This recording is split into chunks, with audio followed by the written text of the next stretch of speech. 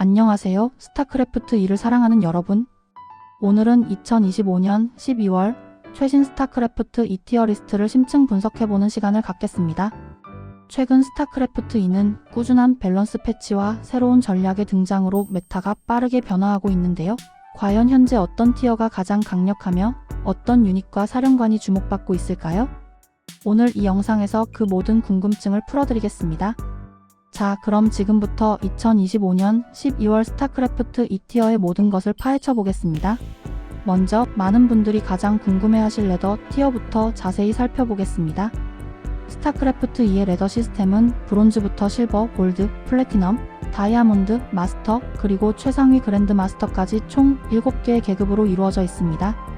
이 계급들은 단순히 숫자나 이름이 아니라 각 플레이어의 숙련도와 전략적 이해도를 객관적으로 보여주는 중요한 지표가 됩니다. 각 리그는 다시 1등급, 2등급, 3등급으로 세분화되어 있어서 같은 리그 내에서도 자신의 상대적인 위치를 훨씬 더 정밀하게 파악할 수 있죠. 1등급이 가장 높고 3등급이 가장 낮다는 점 다들 잘 알고 계실 겁니다. 특히 마스터 리그는 1티어, 2티어로 나뉘는데 마스터 1티어는 그랜드 마스터를 제외하고는 사실상 최정점에 가까운 실력을 의미합니다. 이들은 게임의 기본적인 이해도뿐만 아니라 뛰어난 컨트롤, 정교한 운영, 그리고 상황에 맞는 유닛 조합 능력까지 모든 면에서 완벽에 가까운 모습을 보여줍니다. 승리를 위한 작은 디테일까지 놓치지 않는 그들의 플레이는 감탄을 자아내기에 충분합니다. 반면 마스터 2티어는 일반인들 사이에서는 최상위권으로 분류되지만 프로게이머나 전 프로게이머를 만나기는 쉽지 않은 소위 일반인 최강의 티어로 여겨집니다. 물론 이들 역시 엄청난 실력자들이지만 미세한 차이가 결국 최상위권의 벽을 만들게 됩니다. 레더 티어에서 플레이어의 실력을 가늠하는 가장 중요한 지표는 바로 MMR, 즉 매치메이킹 레이팅입니다. MMR은 플레이어의 승패 기록과 상대방의 MMR 등을 종합적으로 고려하여 산정되는 점수인데요. 이 MMR 점수 차이가 클수록 두 플레이어의 실력 차이도 뚜렷하게 나타난다고 볼 수 있습니다. 높은 MMR을 가진 플레이어일수록 더욱 강력한 상대를 만나게 되고 이를 통해 자신의 실력을 끊임없이 발전시킬 기회를 얻게 되는 거죠. 승리를 통해 MMR을 높이고 더욱 높은 티어로 도약하는 것은 모든 레더 플레이어들의 공통된 목표일 것입니다. 자, 이제 모두의 꿈이자 목표인 최상위 리그 그랜드마스터 리그에 대해 이야기해보겠습니다. 그랜드마스터 리그는 각 서버당 200명으로 인원이 엄격하게 제한되어 있습니다. 이 리그에 속한 플레이어들은 스타크래프트 2 최상위 랭커들이며 이들 중에는 현직 프로게이머와 전 프로게이머들이 대거 포진해 있습니다. 이들은 단순히 게임을 잘하는 것을 넘어 새로운 전략을 개발하고 메타를 선도하는 역할을 하기도 합니다. 그랜드마스터 리그에서는 플레이어들 간의 실력 차이가 거의 미미하다고 평가됩니다. 따라서 승패는 단순히 실력뿐만 아니라 그날의 컨디션, 사용하는 컴퓨터의 성능, 심지어는 작은 심리전 하나에 의해서도 크게 좌우될 수 있습니다. 찰나의 판단 미스나 아주 작은 실수 하나가 승패를 결정지을 수 있는 치열한 전장인 셈이죠. 한 가지 흥미로운 사실은 일부 프로게이머들은 자신의 전략이나 빌드를 너무 일찍 노출하는 것을 피하기 위해 일부러 마스터 티어를 유지하는 경우도 있다는 것입니다. 그들은 대회에서 보여줄 필살기를 아끼기 위해 레더에서는 비교적 안전한 전략을 사용하거나 아예 본 계정이 아닌 부계정을 사용하는 경우도 있습니다. 그만큼 전략적인 깊이가 존재하는 최상위 리그라고 할 수 있겠습니다. 다음은 2025년 2월에 공개된 유닛 티어 리스트를 바탕으로 각 종족의 핵심 유닛들을 분석해 보겠습니다. 이 티어 리스트는 S티어부터 C티어까지 분류되어 있는데요. 각 유닛의 성능과 활용도를 종합적으로 평가한 결과입니다.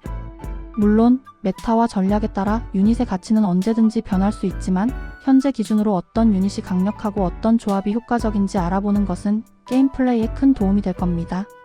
특히 최근 패치로 인해 특정 유닛의 위상이 달라진 경우가 많으므로 이러한 최신 정보를 아는 것이 매우 중요합니다. 먼저 테란의 유닛들을 살펴보죠.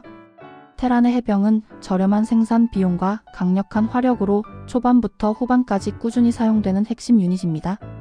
특히 스팀팩 업그레이드와 의료선과의 조합은 테란의 한방 병력을 구성하는 데 필수적이죠. 이들의 높은 DPS는 상대방의 유닛을 빠르게 녹여버리는 데 탁월하며 대규모 교전 시 테란 병력의 근간이 됩니다. 벤시는 뛰어난 기동성과 클로킹 능력을 바탕으로 상대방의 자원 채취를 방해하거나 핵심 유닛을 저격하는 데 매우 효과적입니다. 예측하지 못한 벤시 견제는 상대방의 경제에 치명타를 입힐 수 있으며 주력 병력을 뒤흔드는 데에도 일조합니다. 공성 전차는 언덕을 이용한 수비나 주요 거점 확보에 필수적이며 바이킹은 제공권 장악에 큰 역할을 합니다. 특히 공성 전차는 상대방의 지상군을 효과적으로 견제하며 바이킹은 공중 장악을 통해 테란 지상 병력의 약점을 보완해줍니다. 토르, 전투 순양함과 같은 후반 테크 유닛들도 강력한 한방을 보여주지만 이들은 생산 시간이 길고 비용이 비싸다는 단점이 있습니다. 적의 유닛 중에서는 저글링이 뛰어난 기동력과 초반 공격력으로 압박에 매우 유리하고 맹독충과의 조합은 한타 싸움에서 큰 위력을 발휘합니다. 저글링은 빠른 생산 속도를 바탕으로 초반 정찰과 견제, 그리고 상대방의 확장을 방해하는 데 효과적입니다. 맹독충은 저글링의 약점인 낮은 체력을 보완하며 강력한 광역 공격으로 상대방의 병력을 순식간에 제거할 수 있습니다. 럴커는 지상 유닛을 상대로 광역 피해를 입힐 수 있어서 수비와 공격 모두에 유용하게 사용됩니다. 특히 수비 시에는 주요 길목을 차단하거나 상대방의 진격을 늦추는 데 탁월하며 공격 시에는 상대방의 방어선을 뚫는 데 큰 도움을 줍니다. 울트라 리스크는 적의 최종 테크 유닛으로 압도적인 체력과 방어력으로 상대의 공격을 받아내며 전선을 돌파하는 데 특화되어 있습니다.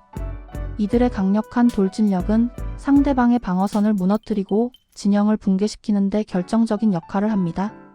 여왕은 적의 빌드업과 방어의 핵심적인 유닛으로 라바 생성과 대공 방어, 그리고 감염충과의 시너지도 뛰어납니다. 라바를 통한 빠른 유닛 생산은 적의 강력한 물량 공세의 원천이며 대공 능력은 초반 상대방의 공중 견제를 효과적으로 막아낼 수 있습니다. 프로토스의 유닛으로는 불멸자가 높은 방어력과 보호막으로 적의 중장갑 유닛을 효과적으로 상대할 수 있고, 고위기사는 사이오닉 폭풍을 활용하여 다수의 경장갑 유닛에게 막대한 피해를 입힐 수 있습니다. 불멸자는 특히 상대방의 거신이나 울트라 리스크와 같은 강력한 유닛을 카운터 치는 데 탁월하며, 고위기사의 사이오닉 폭풍은 한 번의 사용으로도 전장의 흐름을 바꿀 수 있는 파괴력을 가지고 있습니다. 암흑기사는 클로킹을 이용한 기습 공격으로 상대방에게 큰 피해를 줄 수 있으며, 집정관은 높은 체력과 강력한 광역 공격으로 전면전에서 압도적인 존재감을 자랑합니다. 암흑기사는 상대방의 테크트리나 빌드 오더를 방해하는 데 효과적이며, 집정관은 상대방의 지상군을 상대로 강력한 탱킹과 딜링을 동시에 수행합니다. 폭풍함이나 우주모함과 같은 공중 유닛들도 특정 조합에서는 강력한 면모를 보여주며 프로토스 후반 운영의 핵심이 되기도 합니다. 물론 드론, SCV, 프로브와 같은 일꾼 유닛들도 게임의 기본을 책임지는 중요한 유닛들이죠. 이 유닛들의 효율적인 운영은 승패에 결정적인 영향을 미칩니다. 자원 채취는 물론 정찰과 건물 건설까지 이들의 활약 없이는 어떤 전략도 성공할 수 없습니다.